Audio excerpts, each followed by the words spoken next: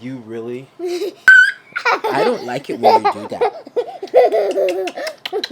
I am Xavier Lee. Oh. Okay, guys, welcome back to the channel. Listen, 4,000 of you guys, literally 4,000 of you guys are subbing to the channel. And me and Augie are so excited. We're just so excited. Can you say thank you? Thank you. Thank you for subbing to the page. We appreciate you. So look, you guys know, before next year, if we ever make it out of this crazy year, we're praying for 10,000 subs. We're praying for 10K subs. So share, like, comment, all those cool things that you guys do really help our channel grow. So today, I just wanted to go over some of the questions that a lot of you guys have been asking me on fatherhood. I wanted to break them down and just give you guys my opinion on them. And we'll both kind of do it together.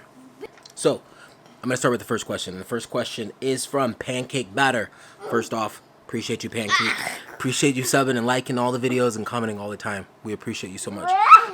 So her question is, what do you hope Augie will achieve when he is older?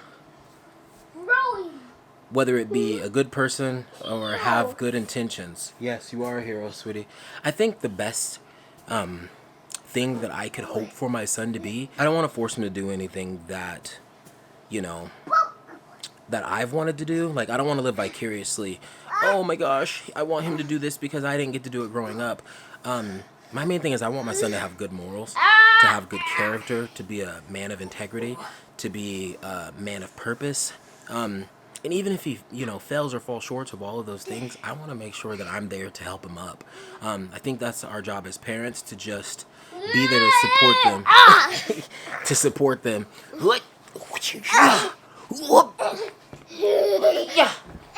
It's to be there to support them, kick their butt in any way. When I want him to grow up, I want him to just be a man of just a good man, of characters, morals, and all types of good things. So this other question is from Whittle Indian Girl.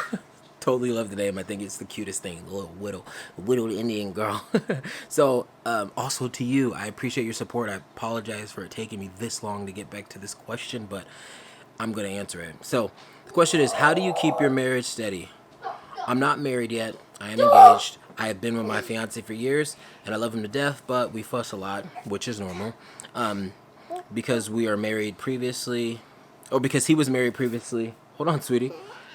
Lord Jesus, you messed my glasses up. Because he was married previously and has a young son that we bump heads about all the time because of the mother. Do you have any tips on how we can try and stay happy and actually go through? Do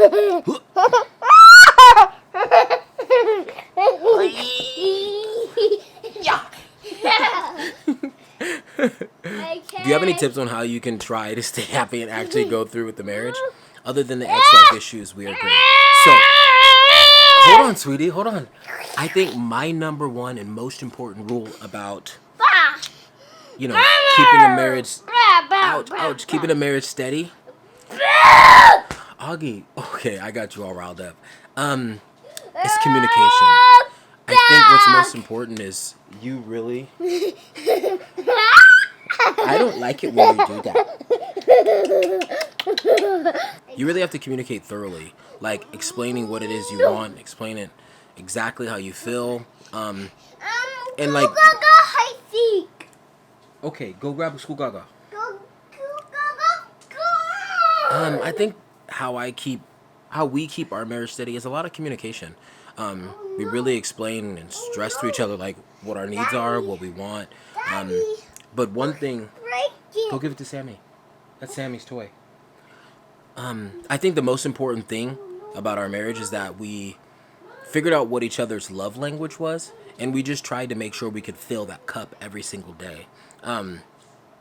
That was probably one of the most important things. There's this book called The 5 Love Languages, and when you figure out what your love language is, it's really easier to fill that up. So if someone's love language is gifts, but you're giving them a lot of physical touch, then you can see how that works. It's like, you're trying to love them how you want to give them love. But what's most importantly is like how to keep something steady besides communication and making sure you're on the same exact page. It's filling up their love tank. giving them love how they want to be loved. So that was the first part of your question. The second part of your question is, do you have any tips on how you can try and stay happy and actually go through with the marriage?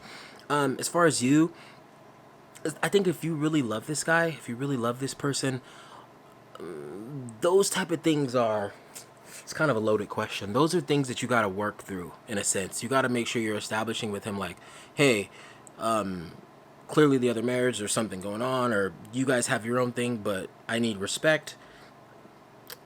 And you kind of want something like your way. So, I mean, I think the best thing you can do is just explain to him, like, how you want to be treated or how you really think that situation should be worked with.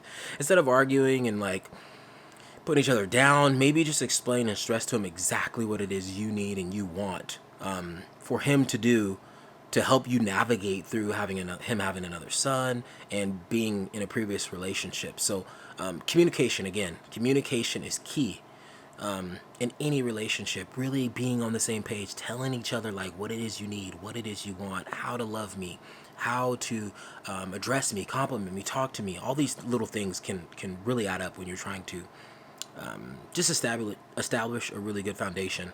I think communication is probably the biggest part. Okay, music mama and this my teenager. The question is, okay, I have 3 questions. Do you plan to have any more kids? Was raising August 1st a struggle or easy? And do you plan meals for your kids, or is it just whatever comes to mind? Okay, so first question, absolutely. We want to have at least, I want 4 kids. I think she wants 3. We at least want 1 girl. If we have a girl, then we're probably going to be done. Might even consider adoption because I was adopted when I was 4 years old. So adoption is really on the table, but we do want to have a girl. So more kids, absolutely. The second question, was raising August 1st a struggle or easy? August was actually a very easy kid. He's a super easy kid, like, not even gonna lie. The only part where it was a struggle was August does not like to sleep at night. He didn't sleep a full night's sleep until 10 months. So we were waking up every 2 to 3 hours literally for 10 months. So we were literally like, we were like walking zombies. It was so hard to deal with. But eventually he got through it, and now he sleeps so well. He'll sleep 12 hours a day, and then in the middle of the day, he'll take a nap and sleep 4 hours for a nap. So it gives us a perfect break to just relax and just hang out, you know what I mean? So, yeah, he's a really good sleeper now. He wasn't a struggle. It wasn't hard. I wouldn't say it was easy, but it took some getting used to the whole schedule. But once we figured it out, it was okay. He's a really good kid. And the last question, do you do meal plans for your kids, or is it just whatever comes to mind? My biggest thing is always making sure that there is an array of food in the plate, usually. And don't get me wrong, I'm not perfect. Some days he might just eat waffles and yogurt and an ice cream sandwich because that's what he wants. But most times I'm trying to do fruit, some type of carb, protein, and some little sweet snack or some other carb that he likes to actually eat and enjoy. That's kind of his thing. He likes to eat a lot of like Danimal pouches. He loves yogurt and parfaits. Those are like his things. So, and he's kind of like me. I'm a creature of habit. So I like a meal and I could eat that meal every single day for the rest of my life. August is very, very similar to me. He's really my twin in that aspect.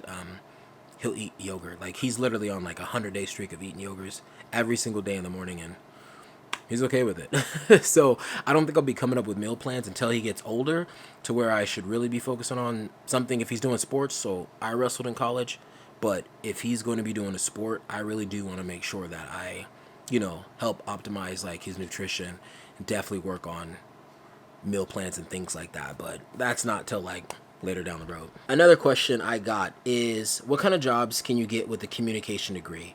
What are the classes like, since I heard it's not a lot of math? Is it more papers and presentation? So first part of the question, there's a lot of jobs you can get with a communication degree. A communication degree isn't like the hardest degree to obtain. It's actually one of the easiest.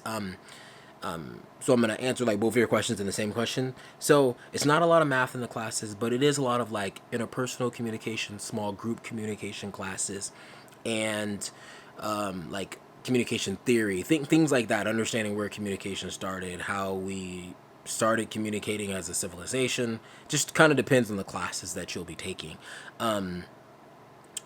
The job I chose to do was public speaking. I wanted to do some type of curriculum development to help kids who are at risk or athletes. So I went into school understanding that a communication degree is going to teach me how to do public speaking. It's going to teach me how to communicate one-on-one. And it's also going to teach me how to speak in front of, like, I don't know, 10,000, 24,000 people. And that's what I use my degree for. That degree is what really, really helped me, transcend my business of public speaking. So now I get paid to go to 100 schools usually a year. Seeing that it's COVID, I'm not kind of doing it besides virtual right now, but about 100 schools a year or 100 different speeches a year, just speaking, inspiring students and just kind of telling my story of perseverance from homeless to academic scholar, graduating top of my class. So yeah, everybody has a story, and what communication helped me do is just present it. Like everything that I do on YouTube, everything that I've been able to do on the news and building a brand and logos and things like that has all come from the communication degree. So it's kind of how you want to use it. I would say for me, I took the entrepreneurial route, and it was super, super helpful. So whatever degree it is you want, if you're considering communication, I would say do it. But know that you definitely want to look into the job. You want to look into like what type of money you'll be able to make. I'm not saying chase the money. I'm saying you should chase a job that's you're passionate about. I once heard a quote that said, like, if you find a job that you absolutely love, then you'll never work another day in your life. So I love speaking. I love creating curriculum and programs and doing breakout sessions with students and just talking to them and just telling them my story, but hearing their story, hearing what they're going through and trying to give them help and just words of encouragement to get through theirs and action steps to try to get them through whatever tumultuous time they're going through. That's part of who I am. Like, I have the gift of gab. So I knew that I wanted to use my speaking, my communication in a positive way. So I just learned how to hone it professionally with this communication degree, and then they became together, and now I'm doing public speaking where I'm going across the state, across the country, and doing, speaking engagements. So use that communication degree however you want, but if it was me, I would say, yeah, get it, because it can help you get a lot of different jobs or just get your foot in the door. And sometimes that's what matters. It's not about what you know usually, it's about who you know. And sometimes that really matters.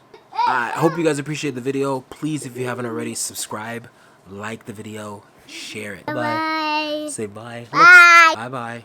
Bye-bye. Thank you guys for watching. Thank you. Bye. Bye-bye. Bye-bye, friends. Take that to the bank. Oh, bye-bye, friends. He said bye-bye, friends. No, bye-bye, friends. Bye-bye, friends. See you soon. And your boy, I am Xavier Lee. Oh, yeah. That's just me, man. We doing our thing, so yeah. Right.